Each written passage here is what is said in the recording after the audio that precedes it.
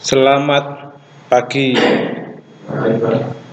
Mari kita mulai kelas kita dengan kita berdoa, mengucapkan doa Bapa kami di dalam bahasa Yunani. 1, 2, 3. Pater hemon ho entois ranois, hagias teto to honomasu, el teto e basiliasu, geneteto to telemasu, hosen uranu ke epiges, ton arton hemon ton epision dos semin semeron, ka ave semin ta ofelemata hemon, oskai hemis ave kamen tois ofeleta semon, kaeme senengke semas eis prasmon, alarusa hemas apotu poneru, otisu estin he basilea, kahedunamis, kaheduksa, eistus ayonas. Amin. Oke, hari ini kita akan belajar pelajaran 33. Kemarin kita sudah belajar mengenai berbagai macam konjungsi dan saya meminta saudara semua untuk melihat contoh-contoh yang ada di dalam diktat penggunaan konjungsi, dan yakinlah saudara akan bertemu konjungsi-konjungsi itu di dalam pembelajaran atau di dalam penerjemahan Alkitab ya, karena konjungsi itu selalu ada di dalam setiap kalimat. Nah, di pelajaran yang ke-33 ini kita akan masuk ke dalam kata kerja yang sering mengalami kontraksi. Apa itu kontraksi? Kontraksi itu adalah perubahan vokal karena bertemunya vokal rangkap atau diftong dalam sebuah kata kerja. Jadi kata kerja itu akan sangat mungkin mengalami perubahan vokal dalam infleksinya. Perubahan vokal itu disebabkan karena vokal bertemu dengan vokal-vokal lain. Nah, itulah yang seringkali membingungkan kita karena perubahannya itu nampaknya menjadi berbeda. Kata kerjanya nampaknya berbeda. Nah, berikut adalah contoh-contoh kosakata yang seringkali mengalami kontraksi. Ya, ini adalah kosakata-kosakata yang seringkali mengalami kontraksi ketika dia mengganti personanya. Ya, ketika dia mengganti personanya, dia akan mengalami kontraksi. Nah, contohnya di sini ada arneomai, artinya saya sedang menolak. Menggunakan akhiran omai, berarti itu adalah kata kerja yang memang memiliki akhiran pasif tetapi kita maknai sebagai aktif ya. Nah, ada yang menyebut ini sebagai deponen, tetapi kita ya bisa mengikuti itu, atau mungkin yang penting kita tahu bahwa memang ada kata kerja yang berakhiran dengan omai ya di dalam pangkalnya begitu ya. Nah, kemudian ada dokeo. Dokeo itu artinya saya sedang berpikir ya. Jadi kita sudah punya ginosko, saya sedang mengetahui, anaginosko, saya sedang membaca. Sekarang ada dokeo. Dokeo, saya sedang berpikir. Lalu ada teoreo, saya sedang melihat, menatap ya, atau mengamati. Ini mungkin ada dua kali kita melihat ya. Nah, ini sinonim dengan kata blepo dan orao ya. Ada beberapa kata yang memiliki arti yang sama. Di sini ada teoreo, nanti akan mengalami perubahan vokal ketika berjumpa dengan persona yang lain. Kemudian ada metanoeo. Metanoeo, saya sedang bertobat. Ya, kemarin kita belajar mengenai metanoia, pertobatan ya. Sekarang ada metanoeo. Noio ya, itu saya sedang bertobat. Lalu ada oikodomeo ya, omega, oikodomeo, saya sedang membangun. Kita tahu di sini ada kata oiko. Oiko itu kita mirip dengan kita mungkin ingat oikos ya. Oikos itu rumah. Jadi oikodomeo itu mirip seperti rumah, itu tindakan membangun, kira-kira begitu ya. Lalu ada homologeo. Homologeo, omikron dan omega akhirnya. Homologeo, saya setuju atau saya sedang mengaku. Nah, kita tahu kata lego ya. Lego itu berbicara. Lego itu berbicara. Lalu kemudian ada homo Ya, satu. Ya, mungkin ya karena itu orang yang berbicara terhadap dirinya sendiri, maka kita bisa terjemahkan itu sebagai mengaku ya. Homologeo. Lalu ada peripateo. Peripateo itu saya sedang berjalan atau saya sedang hidup. Ya, saya sedang berjalan, saya sedang hidup. Ya, kalau bangkit apa? Bangkit itu egero, tapi kalau sedang berjalan itu peripateo. Ya. Kalau berjalanlah peripate. Ya, berjalanlah. Peripate, berjalanlah. Phileo itu saya sedang mencintai ya. Phileo ini mencintai dengan cinta phileos ya. Philia, philia, sorry, philia. Philia itu apa? Persaudaraan ya. Kasih atau cinta tapi karena ada hubungan ya, hubungan persaudaraan atau pertemanan ya, itu namanya mencintai. Lalu ada agapao, saya sedang mencintai juga atau mengasihi, tapi beda ya. Agapao itu mengasihi dengan kasih agape, kalau philia itu ya phileo itu mengasihi dengan kasih philia. Kalau Tuhan mengasihi kita dengan phileo atau agapao? Philia atau agape? Agapao ya. Agape dia mengasihi kita. Agape dia telah mengasihi. Jadi bukan file ya, bukan file tapi agape. Nah, itu ya. Kemudian ada delos, dia sedang memperlihatkan delao. Lalu ada eulogio, saya sedang memberkati.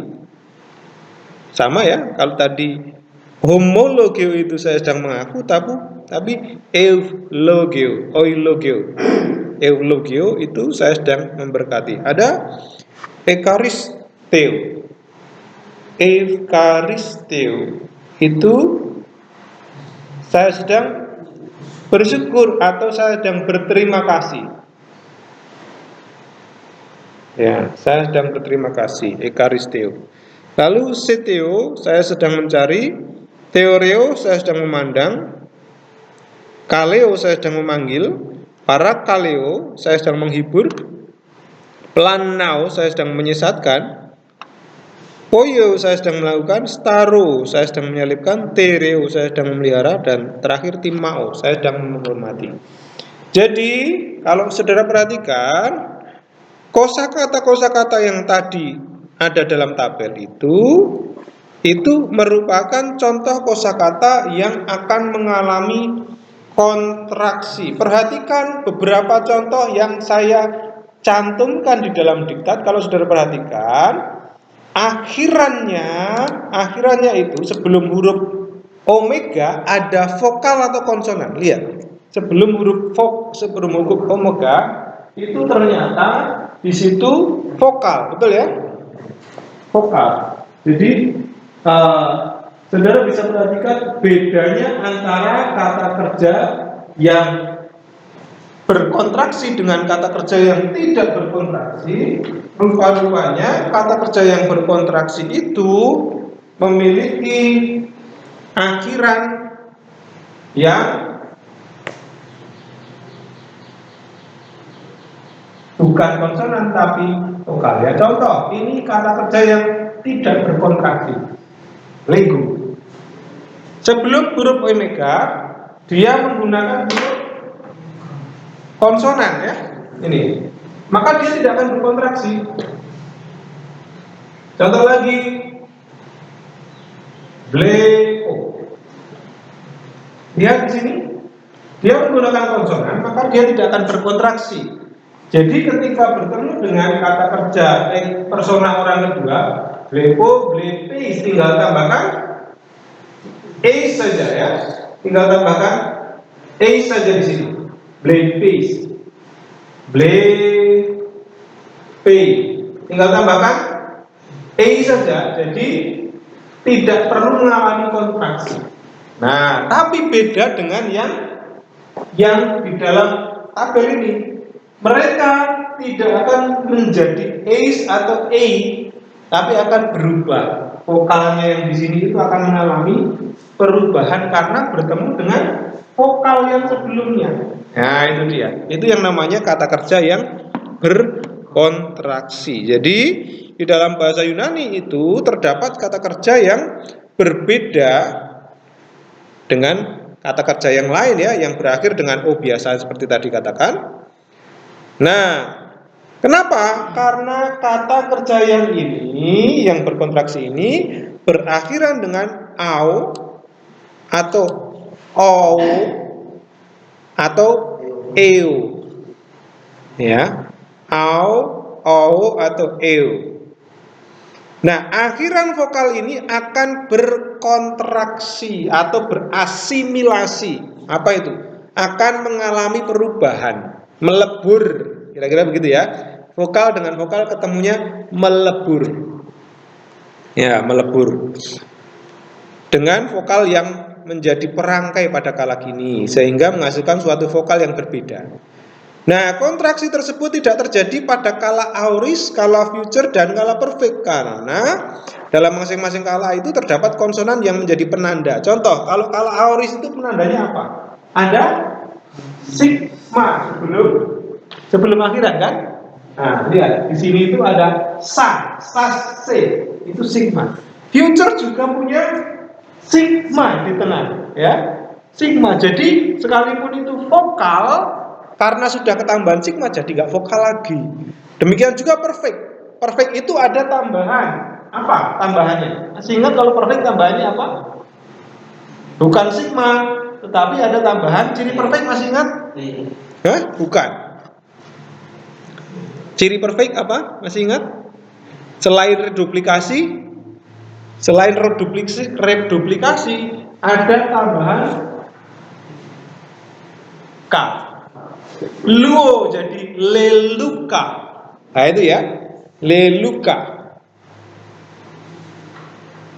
Masih ingat ya? Jadi kenapa yang kala aorist, future, dan perfect itu tidak mengalami kontraksi? Karena sudah disisipi sama apa namanya? Sama konsonan. Contoh. Nah, ini contoh. Saya ambil satu contoh. Fileo.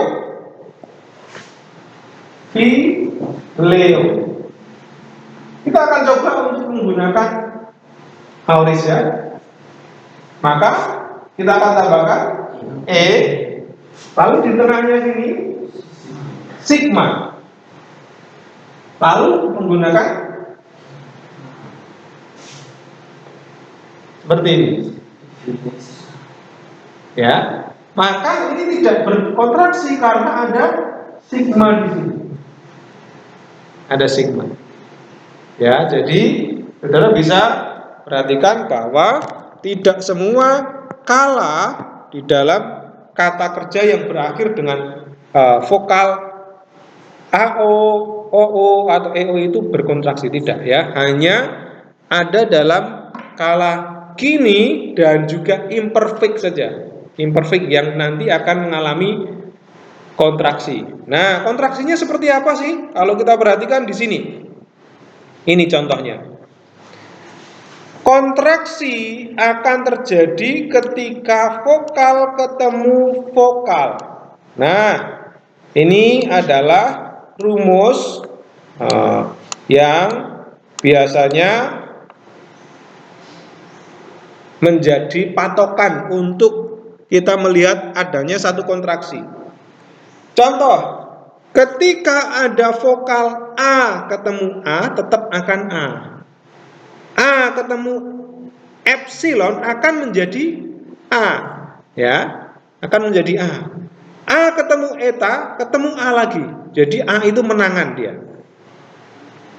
Dia hanya kalah dengan omikron.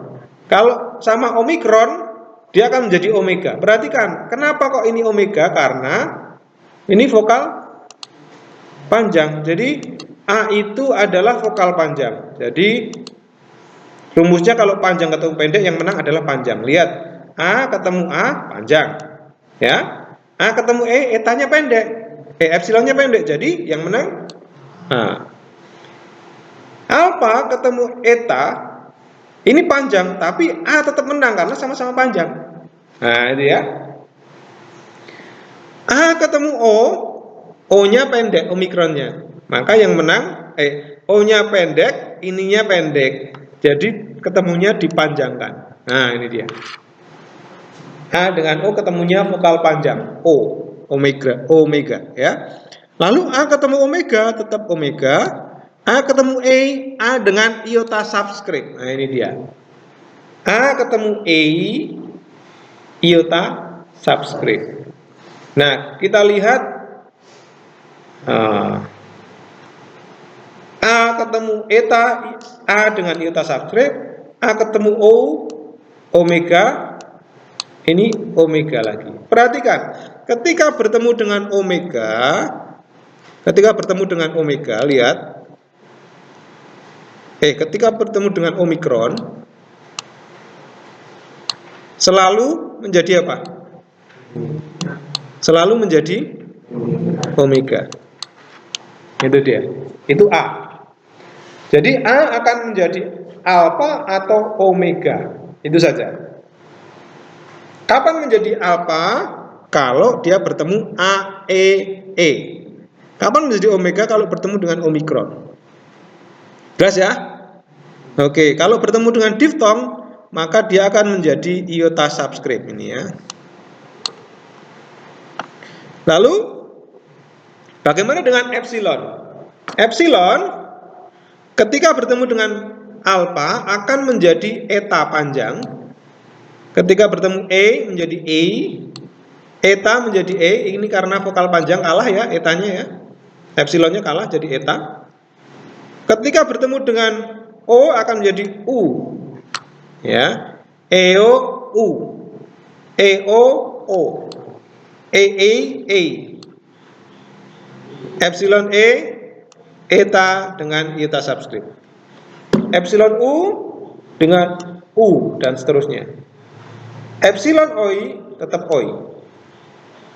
Jadi ketika bertemu dengan vokal rangkapnya tetap. Nah, ini dia. E-nya kalah karena ini vokal pendek ya. Jadi E mudah kalah. E akan berubah total ya. E akan berubah total bertemu dengan apapun. Lalu omikron dia juga akan mengalami perubahan. Dia akan menjadi omega ketika bertemu A. OA omega, OEU, OE eta omega, OO akan menjadi U. Ya, OO akan menjadi O dan seterusnya. Kita lihat contoh. Fileo. Ya. Fileo itu terdiri dari E dengan apa? O. Hah? Omega. Lihat kata fileo. Bentar ya. Saya akan hapus ini.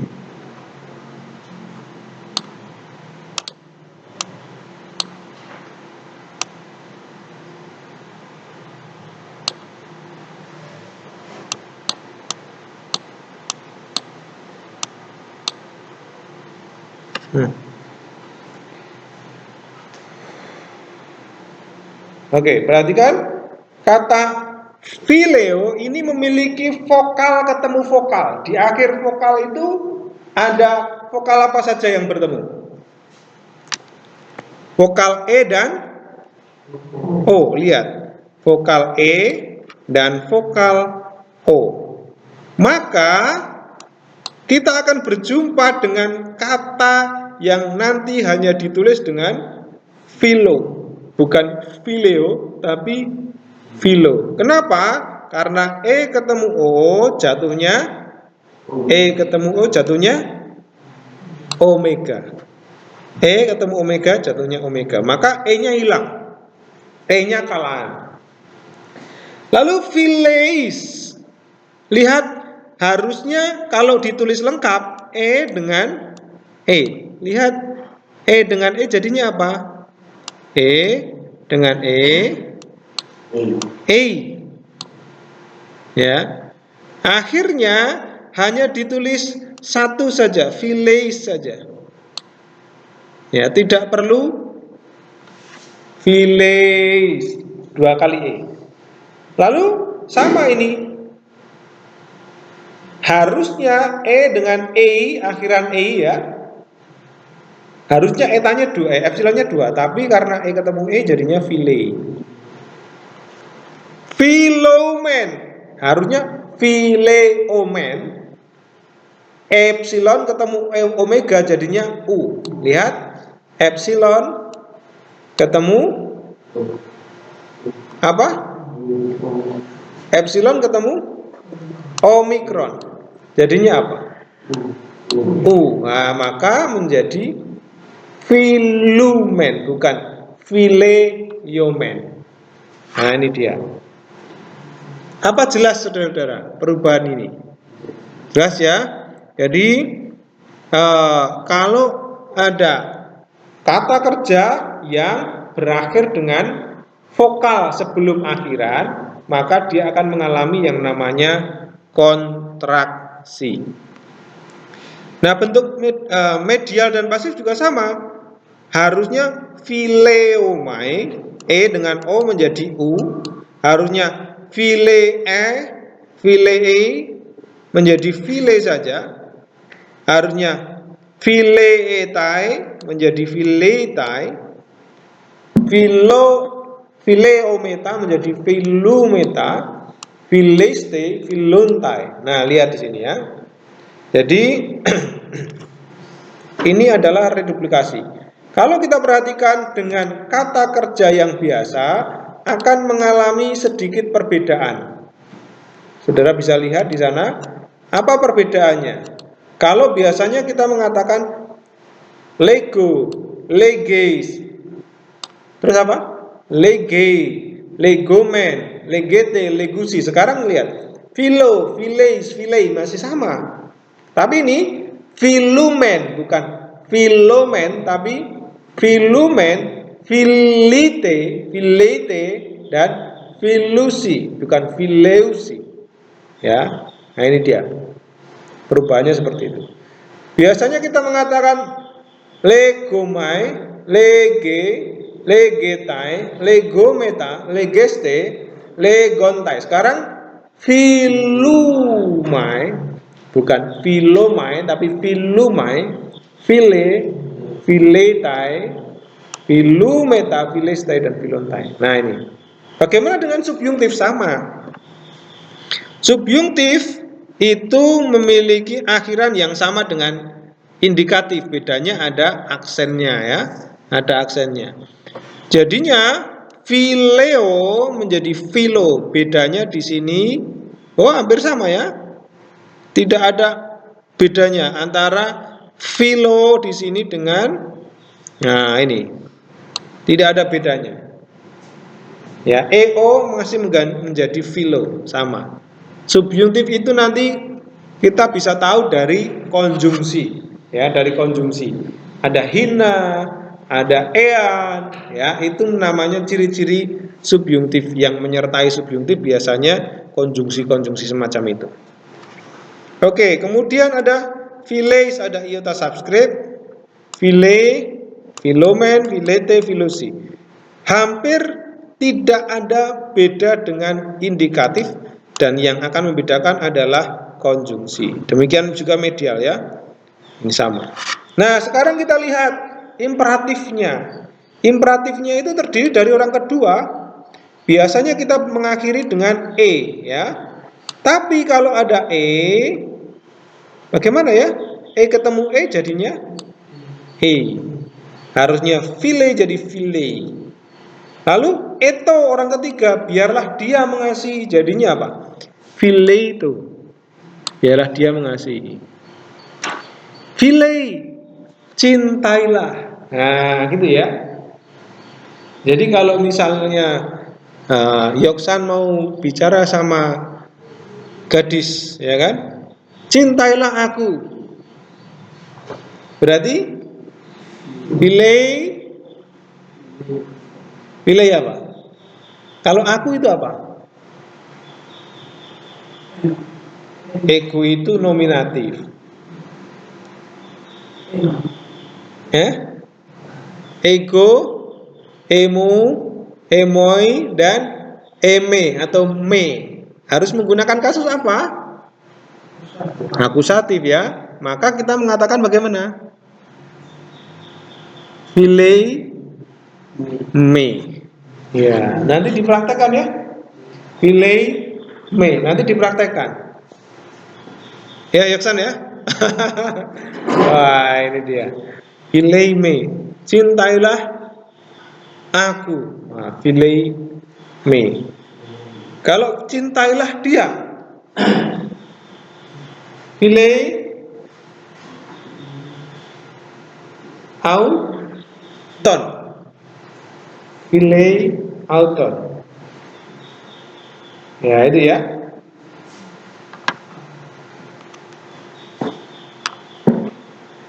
Oke, lanjut. Ini adalah contoh-contoh yang menggunakan modus imperatif. E menjadi dengan fileto, filete, filetosan. Nah, ini akhiran ciri-ciri tosan itu biarlah mereka mengasihi. Kalau filu, apa terjemahannya filu? Kenapa menjadi filu? Karena fileo, ketemu o menjadi filu saja. Filu. Apa terjemahannya? Medial atau pasif? Biar apa? Kalau imperatif pasif, dikasihilah atau dicintailah gitu. Ya enggak ya, meskipun pasif atau medial, ya kita tidak akan menerjemahkan dikasihilah atau dicintailah, tidak ya. Cintailah dirimu sendiri ya, itu kalau misalnya dalam bentuk medial bisa juga ya. Biarlah dia mengasihi diri sendiri, biarlah kalian mengasihi diri sendiri, biarlah mereka mengasihi diri sendiri. Itu kalau medial. Oke. Nah, jadi ada perubahan, intinya di dalam modus apapun kalau vokal ketemu vokal prinsipnya sama. Contoh ini infinitif. Infinitif itu akhirannya harusnya ein ya. Tapi bertemu dengan vokal e dari kata phileo tadi, maka akan menjadi philein. Ya, akhiran ein. Medial pasif eistai, ketemu eta, epsilon ketemu epsilon jadinya phileistai. Jadi ini menjadi akhiran yang berkontraksi eistai. Harusnya eistai menjadi eistai. Nah, itulah saudara-saudara perubahan-perubahan pada modus indikatif, subjungtif, imperatif maupun infinitif. Prinsipnya sama. Kalau vokal ketemu vokal dalam kata kerja itu akan berkontraksi atau berasimilasi. Partisip pun juga akan mengalami yang namanya kontraksi. Contoh kata phileo tadi seharusnya phileon. Akhirannya on ya. Tapi epsilon ketemu omega akan menjadi philon. Masih sama. Ini akhiran ciri-ciri partisip ya. Kalau saudara lama-lama berinteraksi dengan kata kerja Yunani itu lama-lama tahu. Ya, ciri-ciri yang paling sering muncul. On itu adalah ciri-ciri partisip. Selain itu ada ONT. Ya. Tapi di sini perhatikan ada UNT. Bukan ONT tapi OUNT. Kenapa? Karena ada reduplikasi, ada asimilasi atau kontraksi tadi antara eta dengan omega akan menjadi bukan phileontos tapi philuntos. Nah, jadi sekarang kita bertambah lagi ciri-ciri partisip yang kita ketahui. Kalau dahulu kita belajar ciri partisip itu tengahnya ada ONT, ya, ini kalau kalah gini, atau ANT kalau kalah aorist, lalu ada omenon, omenum, dan seterusnya. Itu kalau medial, amen, ya, ini tengahnya, ya, ini ciri-cirinya. Sekarang rupanya O ini bisa menjadi U, ya, A bisa menjadi yang lain nanti, karena ada kata kerja yang berkontraksi tadi. Filon, filuntos, filunti, filunta, filusa, filuses, filuse, filusan, filon, ya, dan filun. Nah, ini adalah ciri-ciri dari partisip yang berkontraksi. Bentuk jamaknya juga sama. Lalu bagaimana dengan imperfect? Nah, lihat di sini. Imperfect berkontraksi juga karena tidak ada sisipan seperti aorist dan perfect, ya. Tidak ada sisipannya. Lihat, maka kita ketemu kata phileon, harusnya phileon, ketemu A ini akan menjadi U, menjadi philun. Harusnya mengakhiri dengan on, s, omen. Ini normalnya, ya, et, on, karena bertemu vokal akan mengalami kontraksi.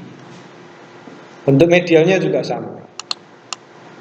Jadi yang kita tahu sekarang ada kata kerja yang tidak berakhir dengan akhiran-akhiran yang biasa seperti ini, tapi akan mengalami perubahan vokalnya.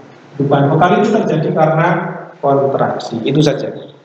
Ada pertanyaan? Jika tidak ada, silakan dicoba untuk mengerjakan latihan soal pada halaman yang di situ, ya. Halaman berapa di diktat saudara? 134. Oke. Di situ contoh ini, ya, nomor 1 ada kalos poiete tois misusin umas. Lihat di sini ada kata poi teh. Kalau kita perhatikan di dalam akhiran ini tidak ada akhiran teh. Ite nggak ada, ya. Ite nggak ada, ya. Ada nggak ite? Yang ada adalah ete. Yang ada ete. Kenapa di sini ete? Karena ini merupakan bentuk kontraksi antara poieo,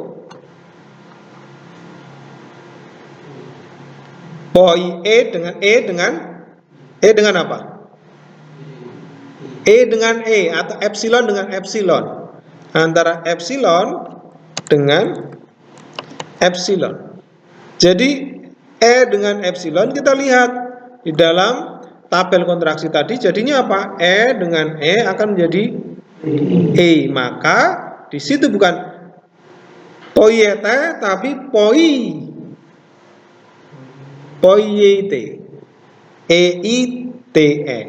EITE. Nah, ini adalah contoh kata kerja kala kini aktif indikatif tapi mengalami kontraksi. Kalau terjemahannya tidak pengaruh, ya. Kalau menerjemahkannya tidak mempengaruhi. Oke? Jelas, ya? Nah, silahkan saudara kerjakan latihan soal ini, lalu buatlah semacam analisa. Kalau perlu diagram, mungkin karena panjang pakai diagram, kalau tidak ya nggak usah, ya, nggak usah pakai diagram. Lalu kita akan bahas setelah ini. Silahkan semuanya mengerjakan, saya tidak akan bagi, semuanya mengerjakan supaya berpengalaman semua.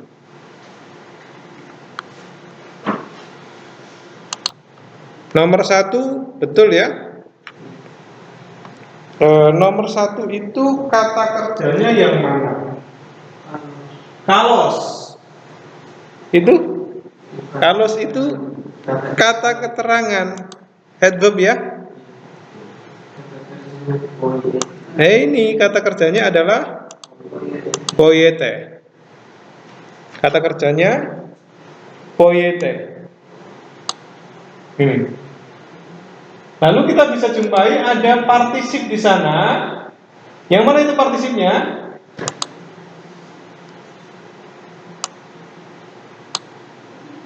Partisipnya adalah misusin. Lihat ciri-cirinya. Ini ciri-ciri apa? Kalau saudara lihat tadi, ciri-ciri partisip apa? Medial atau aktif?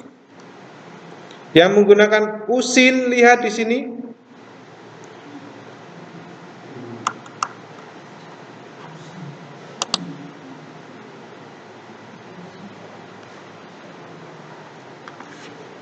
Usin atau usi. Yang mana? Ini partisip. Kini partisip.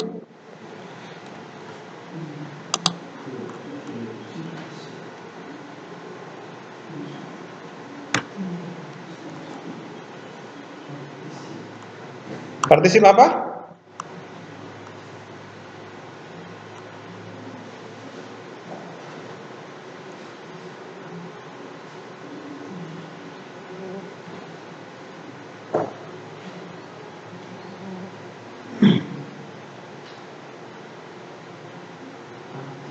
Nah, aktif. Aktif itu lihat di sini. On, ontos, onti, onta. Use, uses, usi, usan. Iya, itu partisip mungkin aktif ya, tetapi gendernya yang mana? Ya, gender itu datif ya. Gender datif ya. Gendernya datif ya. Iya, jangan datif. Kalau ditanya gender ya jangan datif ya. Kamu makannya apa?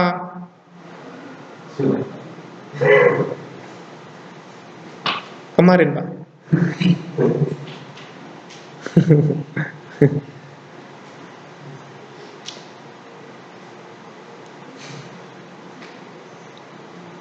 Jadi hati-hati ya. Perhatikan di situ. Ini usi atau usin sama ya. Kadang-kadang ditulis usi atau usin. Apa itu?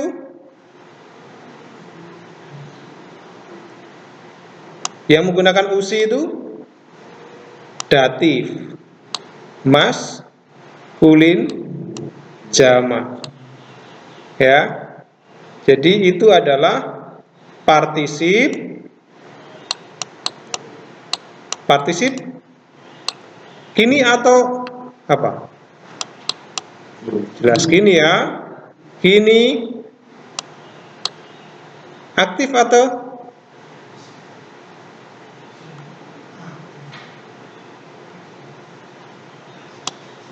ini aktif ya. Kalau medial ya omen ya atau amen ya. Omenos dan seterusnya. Ini aktif, lalu kemudian dilihat kasusnya datif, maskulin, jamak. Kalau bertemu partisip, apa yang harus kita tanya? Apakah ada artikel? Apakah ada kata benda sepadan? Ada artikelnya? Ada. Ada kata benda sepadannya? Tidak ada. Jadi kita harus terjemahkan apa tadi? Orang yang. Mengapa orang-orang? Karena jamak. Mengapa yang? Karena ada artikel. Itu fungsinya apa? Kalau menjadi orang-orang yang substantifal, pengganti kata benda. Jadi ingat lagi, kita sudah belajarnya lengkap nih, partisip, ya. Kita sudah belajar kata kerja biasa, ya, berbagai modus, berbagai kala, sudah lengkap ini. Tinggal ibaratnya renang itu tinggal berenang saja. Teorinya sudah semua. Nah, jadi kita bertemu kata kerja dan juga partisip, maka kita menerjemahkan berbuatlah atau lakukanlah. Karena dari kata dasar Yeo. Apa itu poieo tadi? Melakukan. Mengapa diterjemahkan lakukanlah? Nih ya. Karena akhirannya imperatif, ciri-ciri dari imperatif itu akhirannya te. Harusnya ete ya, karena di situ imperatif itu seharusnya ete begini ya. Mana? Nah, ini kalian ya. Harusnya begini. Kenapa menggunakan e? Karena reduplikasi, sorry. Karena kontraksi ya. Jadi poiete. Poiete. Kalian lakukanlah atau berbuat baiklah. Baik itu dari kata kalos. Baik, kalos. Jadi berbuatlah baik itu juga sama ya. Berbuatlah baik. Lalu di situ ada kata kepada tadi ya. Mengapa bukan berbuatlah baik orang-orang yang jahat? Kenapa tidak menjadi objek langsung? Karena ini kasusnya datif. Datif itu menunjukkan objek tidak langsung. Maka kita tambahkan kepada orang-orang yang membenci kalian. Nah, jadi terjemahannya bisa lakukanlah hal baik atau berbuatlah baik kepada orang-orang yang membenci kalian, atau berbuat baiklah kepada pembenci-pembenci kalian. Nah, orang-orang yang membenci dengan pembenci-pembenci itu sama. Jadi kata partisip tadi kita terjemahkan orang-orang yang membenci. Karena substantifal, maka kita bisa sebut itu sebagai pengganti kata benda, substantif. Pembenci-pembenci. Kan sama, orang-orang yang membenci dengan pembenci-pembenci. Ya kan? Maknanya sama. Oke. Nomor 2, ada yang bisa menerjemahkan? Silahkan. Ya, silahkan. Janganlah kalian menyertai segala laki-laki di dalam dia sedang membenci kalian. Ada yang lain? Janganlah kalian heran, saudara-saudara, dunia itu membenci kalian. Dunia itu?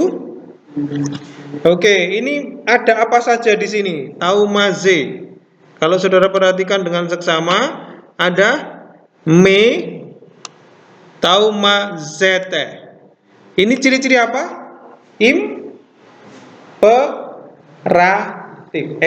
Dari kata dasar taumazo. Apakah ini berkontraksi? Tidak ya? Karena apa? Karena diakhiri dengan konsonan ini.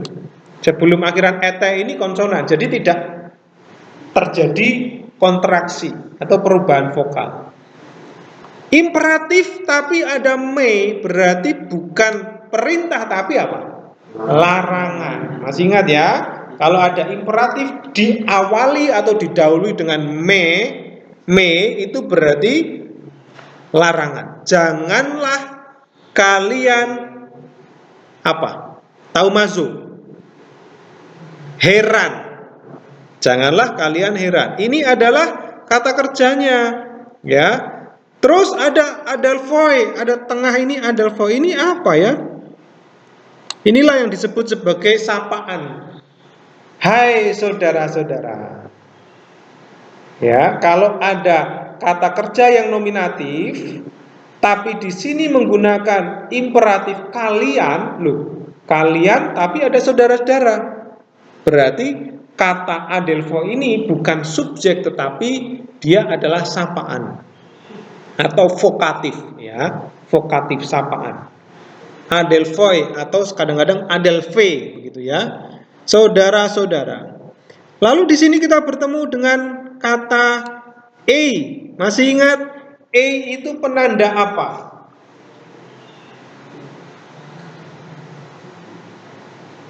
E itu penanda apa? Masih ingat? Itu konjungsi apa?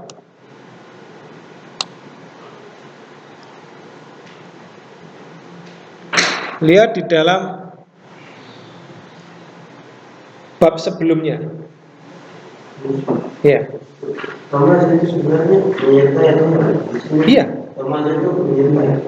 bisa ya, menyertai. Tomatos yang mengheran atau heran. Taumatos. Ya. Itu kata dasarnya apa? Tomatos itu mengheran. Tomatos itu Yang mana? Itu kata dasarnya yang mana? Menurut kamu? Oh iya. menyertai. Ini loh. Ya. Menyertai itu apa?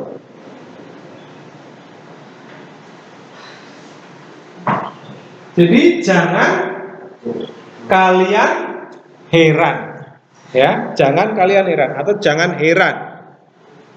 Ada saudara-saudara, lalu di sini ada A. Masih ingat A itu apa? Nah, inilah pentingnya kita membuat diagram. Kalau membuat diagram, ini sapaannya ini, saudara-saudara. Jangan kalian heran. A di sini itu menjadi apa ini kalau begini? Ya, ini konjungsi. Jika dunia itu membenci atau sedang membenci atau terus membenci kalian. Nah, kalau ada perhatikan di situ, kalau ada maka kita tahu itu adalah tanda apa ini? Modusnya apa? Indikatif atau subjungtif? Kalau ada indikatif? Ini ini Kalau subjungtif menggunakan apa?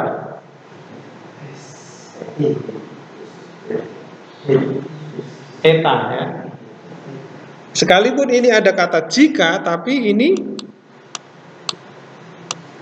indikatif ya, berarti kenyataan. Jika kenyataannya dunia itu membenci kalian. Oke, lupa ya. Kalau ada coba lihat, kita lihat di bab yang ke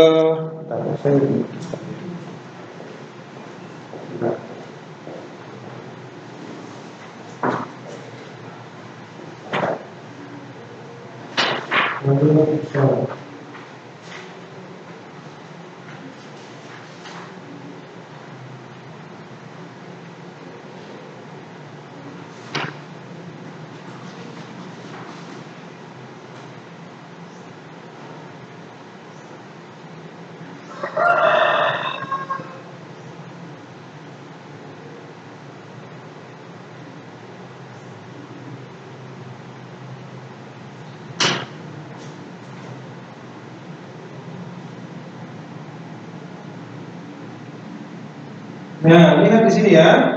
Di halaman pelajaran 27 di bagian tabel, kalau saudara perhatikan di sana, halaman 27 di dalam tabel kata kerja, bab 27, maaf, salah. Bab 27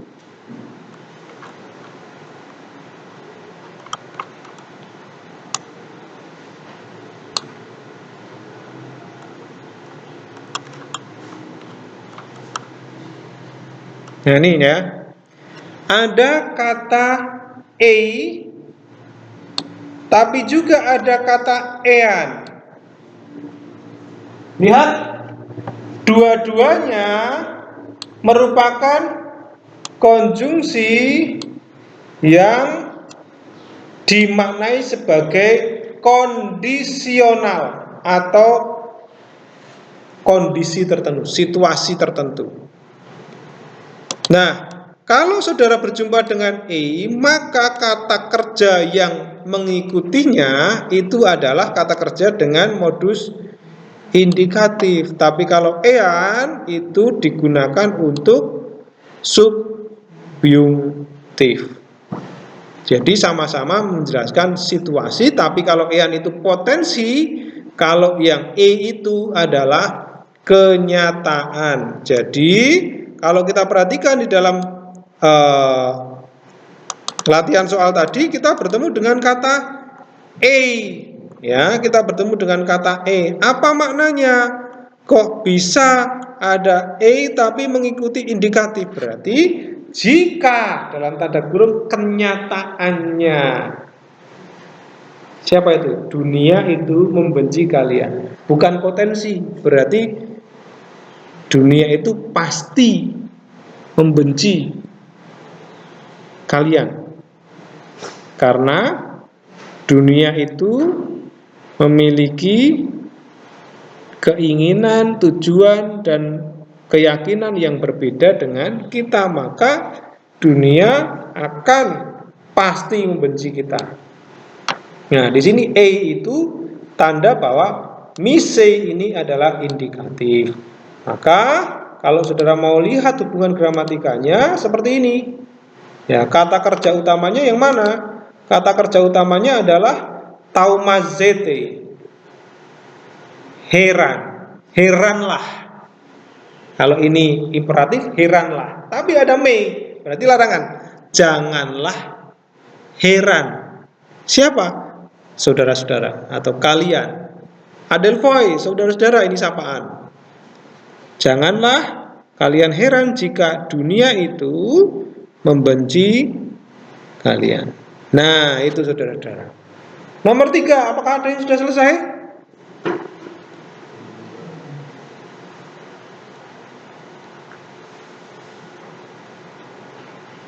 Nomor 3, ada partisip, ada aorist. Jadi saudara harus hati-hati. Partisipnya adalah partisip yang menjelaskan kata kerja atau partisip predikatif.